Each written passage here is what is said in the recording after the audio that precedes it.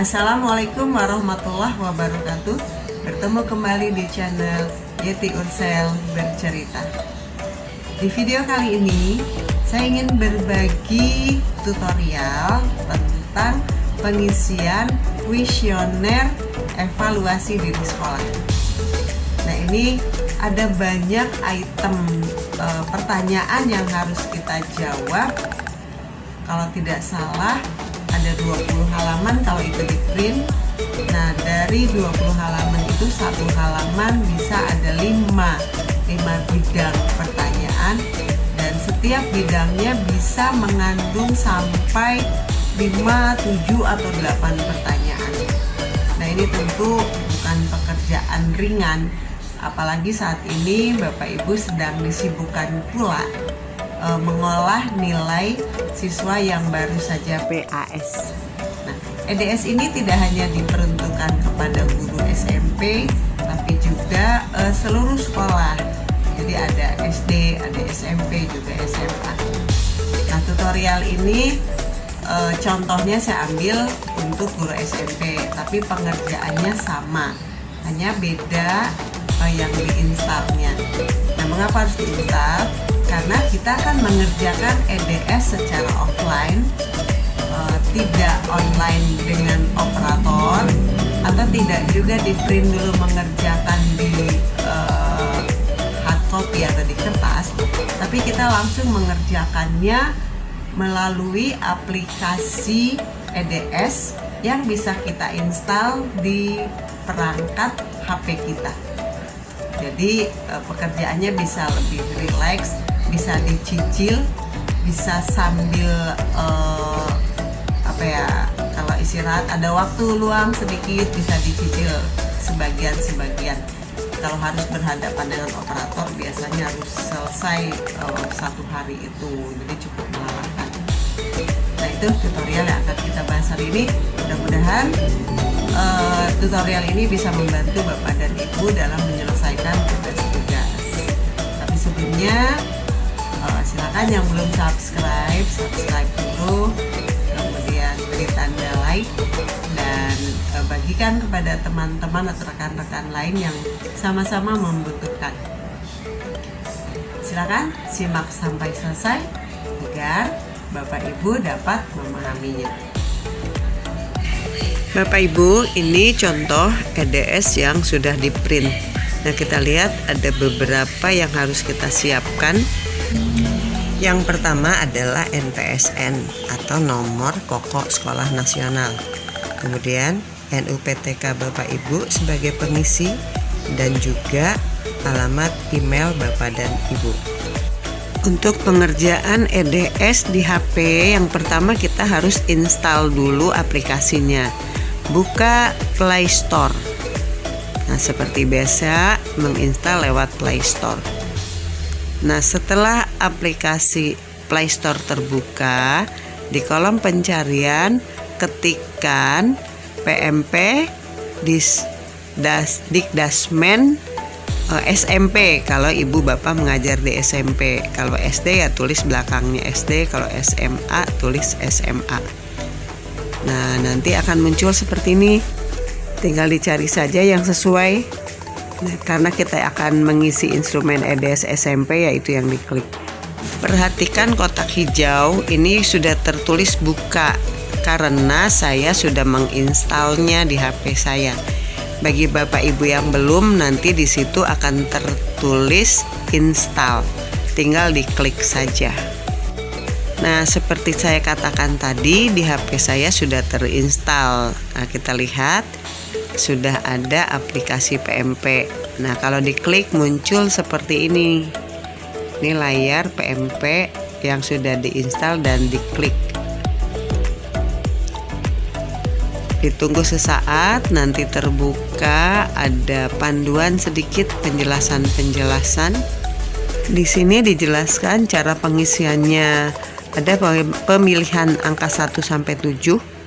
Nah, di sini juga ada penjelasannya. 1 itu artinya apa, 2 apa, 3 apa, dan seterusnya. Nah, seperti inilah acuan penilaiannya untuk pilihan 1 sampai dengan 7. Untuk kuesioner yang jawabannya terkait dengan terpenuhi atau tidaknya sesuatu, nah nomor 1 itu berarti sangat tidak terpenuhi, 2 sebagian besar tidak terpenuhi, dan seterusnya sampai ke bawah sangat terpenuhi. Bagian pertama yang akan Bapak Ibu isi adalah peran. Klik panah kecil yang ada di kanan, maka akan terlihat pilihan peran Bapak Ibu, kepala sekolah atau guru. Jika sudah selesai, pilih panah yang mengarah ke kanan. Setelah mengklik panah ke kanan, akan muncul kolom pengisian. Nah, di sini yang pertama diisi adalah NPSN. Berikutnya, masukkan NUPTK atau nomor induk kependudukan Bapak dan Ibu yang mengisi. Si bagian identitas responden ini, Bapak Ibu juga diharuskan menuliskan alamat email Bapak dan Ibu yang masih aktif.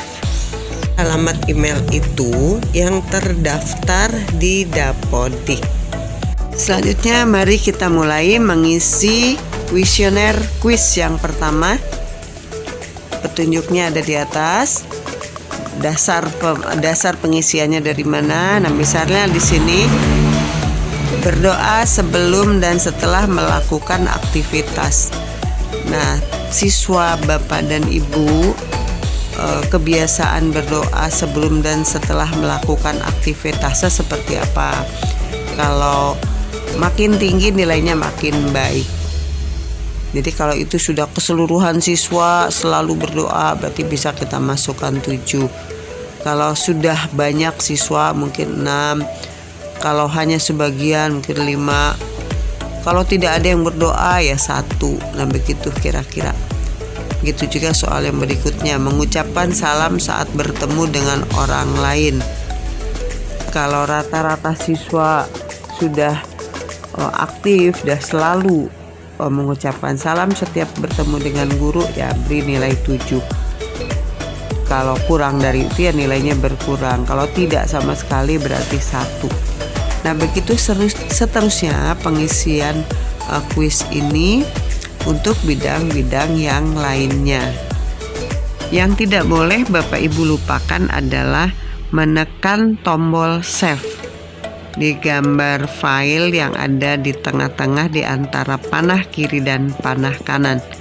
Karena jika tombol save tidak ditekan ketika Bapak Ibu mau istirahat, apa yang sudah Bapak Ibu isikan tadi hilang lagi. Jadi Bapak Ibu akan diminta memulai dari awal lagi.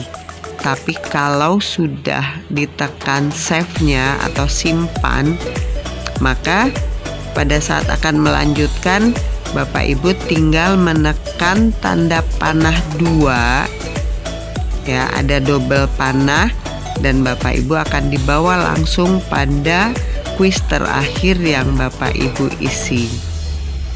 Nah, kemudian Bapak Ibu juga harus pahami bahwa selain memilih satu jawaban seperti tadi angka 1 sampai 7, ada juga yang seperti ini. Nah, ada juga yang menuntut jawaban berganda. Artinya, keempat hal itu memang tercakup atau dilakukan. Misalnya dalam kurikulum di sekolah Bapak, apakah ada visi misinya, apakah ada muatan kurikulernya, atau apakah beban belajar siswa dan guru juga tercantum, apakah juga mengacu pada kalender pendidikan. Nah, ini kan berarti empat-empatnya harus diklik atau harus diberi contreng. Selanjutnya Bapak Ibu tinggal mengisi pertanyaan atau kuis-kuis selanjutnya. Ingat, bila akan beristirahat tekan save. Bila akan melanjutkan, klik satu panah ke kanan. Bila akan menuju file terakhir yang kita kerjakan, klik panah yang 2. Untuk menyimpan file agar tidak hilang, klik yang berwarna biru. Untuk memperbaiki, kita bisa mundur dengan mengklik panah yang ke kiri. Demikianlah tutorial kita kali ini. Semoga bermanfaat. Wassalamualaikum warahmatullahi wabarakatuh.